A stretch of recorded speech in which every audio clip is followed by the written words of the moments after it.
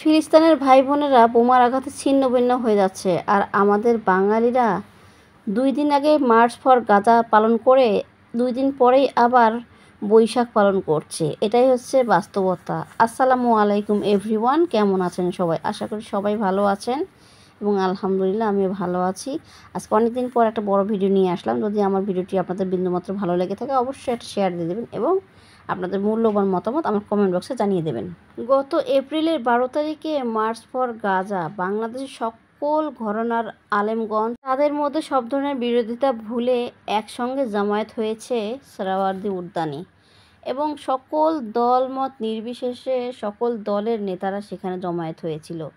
তারা এখানে প্রমাণ করে দিয়েছে যে বাঙালি জাতি তাদের কাজে কর্মে কথাবার্তায় কিছু অমিল থাকলেও এই ইসলামিক দিক থেকে এই ফিলিস্তিনের পক্ষে কথা বলার জন্য তারা সবাই একমত পোষণ করছে। বাংলাদেশের সর্বপ্রথম সারির যারা আলেম তারা এই ডাক দিয়েছে এবং তাদের ডাকে সাড়া দিয়েছে আমাদের সকল ধর্মের লোক। এখানে সর্ববৃহৎ গোষ্ঠী হচ্ছে মুসলিম গোষ্ঠী, কিন্তু এর পরেও রয়েছে হিন্দু, বৌদ্ধ, খ্রিস্টান, আরও অনেক ধরনের জাতি আছে যারা সবাই একসঙ্গে এখানে জমায়েত হয়েছে। এবং সেটাই শুধু নয়, বিভিন্ন ধরনের রাজনৈতিক মতাদর্শের লোকও কিন্তু এই আন্দোলনে শরিক হয়েছে এবং ফিলিস্তিনকে পক্ষপাতিত্ব দেওয়ার জন্য এবং ফিলিস্তিনকে তারা সান্ত্বনা দেওয়ার জন্য হলেও এবং ফিলিস্তিনকে তারা যে সাপোর্ট দিচ্ছে, ফিলিস্তিন যে তাদের অন্তরে বসবাস করে সেটাই জানান দেওয়ার জন্য সারা বিশ্বের কাছে বাংলাদেশকে আজ তুলে ধরেছে। এটাই হচ্ছে বাঙালির আসল চরিত্র। বাঙালি জাতি যে ধর্মভীরু এটা কিন্তু তার উৎকৃষ্ট প্রমাণ। বাংলাদেশের 2-4 জন প্রথম সারির স্কলারের ডাকে সারা বাংলাদেশের লোক এক হয়েছে। শুধু ঢাকা জেলার নয়, বিভিন্ন জেলা থেকে মানুষ মার্চ ফর গাজার জন্য ট্রেনের মধ্যে ভর্তি করে গিয়েছে, বাসে ভর্তি করে গিয়েছে, মাইক্রো তারা ভাড়া করে গিয়েছে।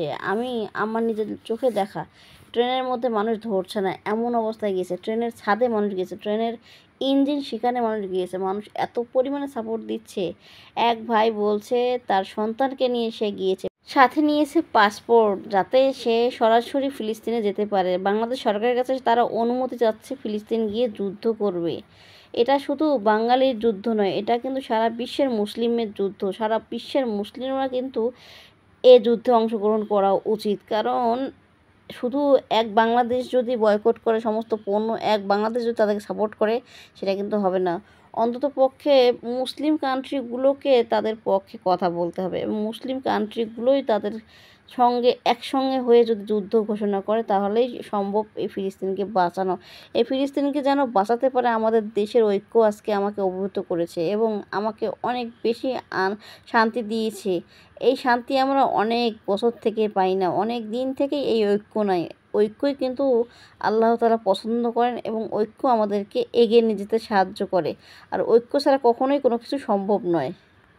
সর্বোপরি বলবো, বাঙালি জাতি যদি এভাবে একজন আরেকজনকে সাপোর্ট করে এবং একজন আরেকজনের সমস্ত মনের দুঃখগুলো ভুলে সবাই সবার সঙ্গে এক হয়ে যায় তাহলেই বাঙালি জাতিকে হারাবে কারো সাধ্য নেই ইনশাআল্লাহ।